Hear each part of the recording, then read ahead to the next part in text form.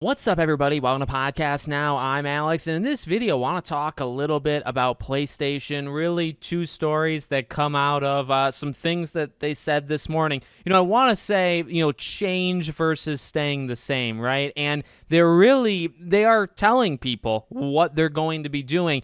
It's tough to really call it a change because they're kind of just going more down the path that they've definitely hinted at, with live service. Look, they're just like straight up. And live service is one of the two things, hence the Concord thing behind me. One of the two things I want to talk about. But the other one is relying more not on just the PlayStation, putting games elsewhere. And they've telegraphed this. They've talked a little bit about this. They're definitely slower, and I think more they're willing to kind of wait it out versus Xbox that I think kind of had to pull the trigger out of, just this sense of where they are. PlayStation was able to kind of hold on, but they're going down this path too. And I got some thoughts. We've talked about it before. I think exclusives, to keep a console alive, exclusives kind of are important. So I'm not massively thrilled, but there's potential, and we've talked about what types of games on PlayStation could go to other places, but want to talk about what specifically they said, and then I'll go over, my thoughts on it. And so let's start with the live service one, because this is one where it's like, again, I get it. We constantly, or at least I constantly say this. I understand like the game plan. I get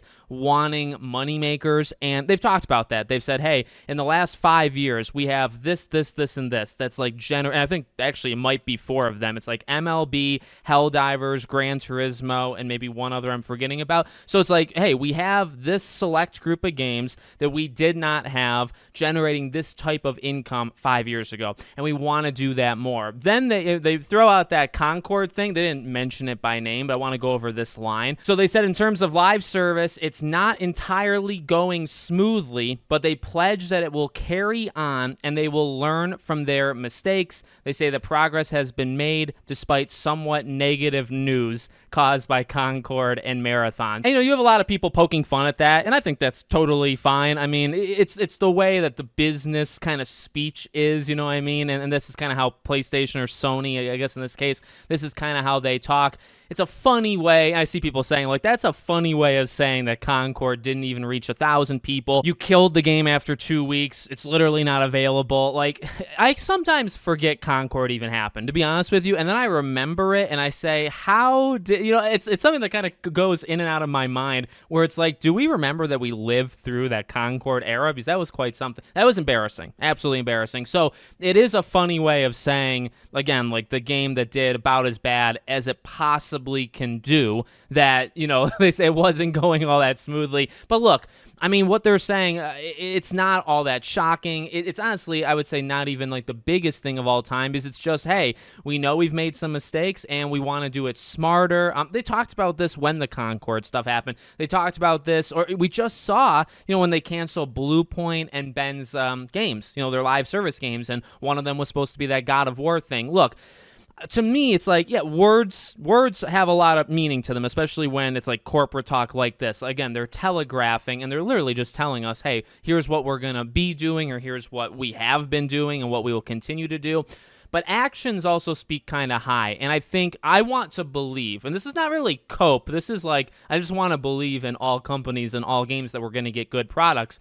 What they've done recently, and by recently I mean like the last 2 years, like I guess with Concord, what they've done with Marathon, pulling the plug on a lot of live service games in the making, shows me that they probably are trying to be more careful. Now, a Concord thing can still happen, I guess, and that was embarrassing. And, you can never have that happen again. Just like, much like Xbox can never have Redfall happen again, you can never have Concord happen again. They're not equals, but they're similar in that they were so embarrassing that you shouldn't have had it happen in the first place, and you definitely can't have it happen again. But honestly, to me, when I see Blue Point and Ben, like them pulling it, yeah, that sucks. And yeah, they spent years on those things. And maybe the God of War thing, like, why were they doing it in the first place? There's a lot of frustration there. I said that in those videos, back then.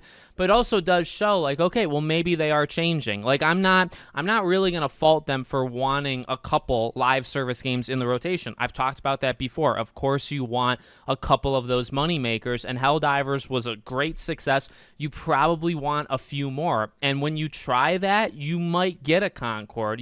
Honestly, we might be getting 2 more of those in Marathon and that fair game money symbol. Those games could be atrocious. Those games could have no players playing them. They will be equal, in that way to Concord. But you know what? Maybe they just have a random game we're not even thinking of that comes out and does really well kind of long term. So I get the chase as long as you're doing it, in a smart way where you're taking almost calculated risks. And that's not what they were doing. So they're saying it. And not just are they saying it, because again, words are one thing, but like when they've pulled the plug on like 5 live service games in the last couple, like there was the rumor Twisted Metal, but then there was also like for sure Spider-Man, for sure The Last of Us, and for sure Bend and Blue Point. And those are guarantees, right? There's 4 right there, and there's definitely more. And like I said, Twisted Metal was heavily rumored. They've probably pulled the plug on like 5 to 7 live service games. So they are aware. They do know, hey, we could have all of them be Concord, or we could have maybe 1 or 2 of them be Concord. So I'd like to believe in the best there. And then in terms of that big quote, so they say, in the gaming business, we are moving away from a hardware-centric business model more to a platform business that expands the community and increases engagement. He says overall Sony are making a shift as a company as the 3 segments of games, music, and pictures make up 60% of Sony's total revenue. For example, shifting from output devices like TVs and to creation devices like digital cameras. Also things like music, streaming, music catalogs, Crunchyroll, and teaming up with Bandai Namco to create new entertainment and IP. In the gaming business, the shift towards a platform business is increasing. So what does that mean? Again, this is, to me, really that doubling down on the speech of the last year or two. If you remember, like back in the day, I remember like whether it was Jim Ryan or other people at the time, I remember them going to these, not even investor calls like this, but they would go up on stage to some of these like annual events and they would show graphs of like, hey, live service is going to be like 60% of what we make. And it was like, well, they're not, it doesn't look like that. I mean, they're saying it, but they're not actually, visibly in front of us. But behind the scenes, they were. And over time, we saw like Sony's, again, the priorities of PlayStation was more, and I only bring that up because it's like sometimes these things we don't see right away, but you can see snippets of them. You can see kind of the plans start to take place, and that happens long term. Look, again, I'm not going to sugarcoat it. When it comes to PlayStation, it comes to really, well, I would say this with Xbox too. It's just they've chosen a different strategy, and it seems PlayStation is as well.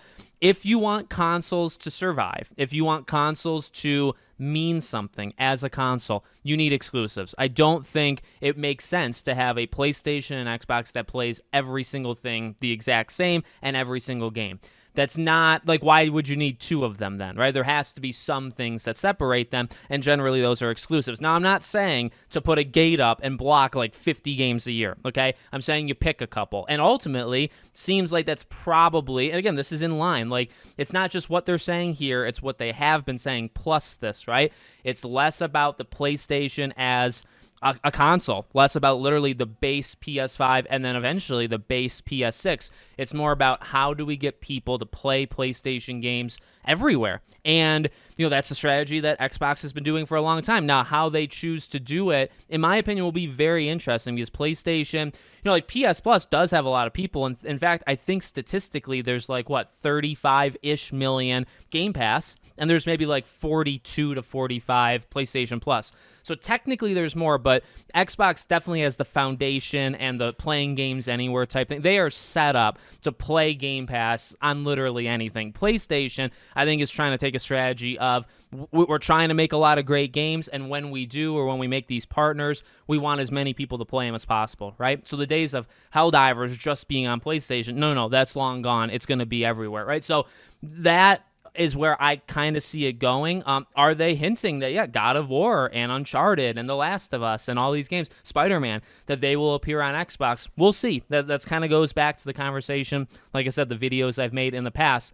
I feel like they'll be select, and I feel like because of how they talk and how long this has taken, they're kind of in a spot where they're able to do that, but they probably, I mean, look, Xbox has done really well in this strategy. Now, they've weakened the Xbox console, but they've improved everything else, right? So when you're PlayStation, you're looking at and you're saying, man, you look at the top 10 games sold on PlayStation every month. like 4 to 6 of them are Xbox games. And they're thinking, if we put The Last of Us on Xbox, would that dominate the charts every month? Would it just always be in the top 10? You imagine they probably have thought about it, and it's a place for more players to play. Now, again, like how both of them do it, technically Xbox is still not doing, for select games, they're not doing day one on both. There's like rumors Gears of War E-Day will come out on Xbox first, then PlayStation after. So, I don't think we're there yet. We're not there to the day where Gears of War or Halo, the next main Halo game, where they come out and it's day one anywhere, again, where the literal console has absolutely no meaning.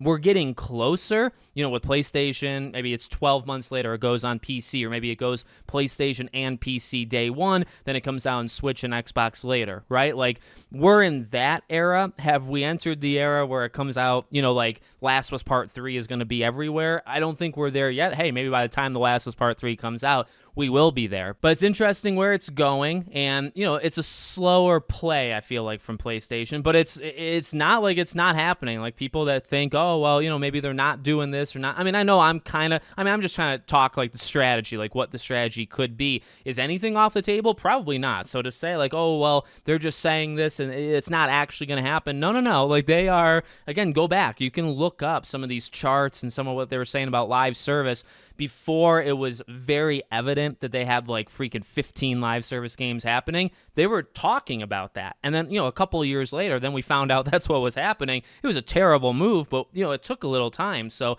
I think it's the same thing here. I think by the time we get to PS6 and the next Xbox, there's some things that are going to be changing, pretty quickly. So let me know what you guys think in the comments. Make sure, as always, you're subscribed to the channel, bell icon turned on, and I hope to see you all on the next one.